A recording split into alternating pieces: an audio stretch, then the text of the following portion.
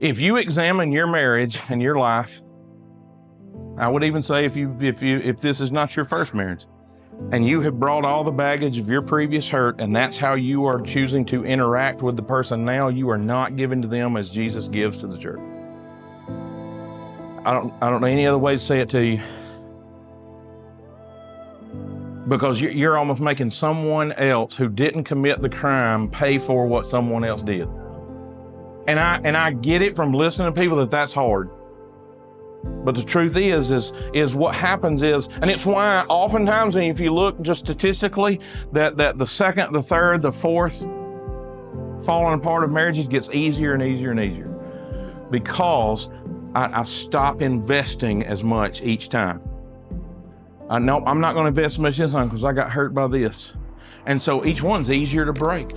If we don't give all, which is what Jesus did for the church, then here's what happens. You start trying, instead of two becoming one flesh and two foundations builds one home, it's, hey, we've got apartments that sit beside each other and we visit each other for conjugal visits. If you need to look up conjugal, you can look it up. That means you haven't been to prison, so.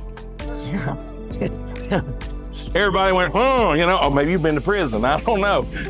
You knew exactly what a conjugal visit was.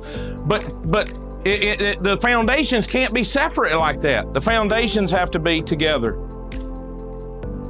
Your main focus. When the foundation of your marriage is sinking or cracking or sagging, that's where your main focus should be until that foundation is restored properly.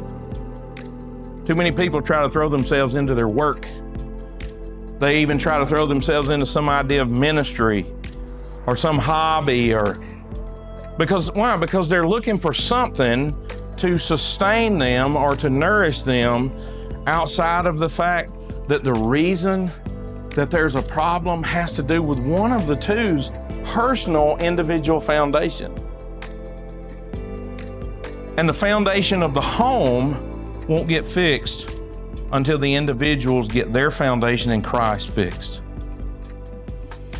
Solving that foundational issue of relationship goes back to solving the individual items. It's hard work to dig out a foundation, to support the structure above it, to remove the wrong foundation, and to put in what's right.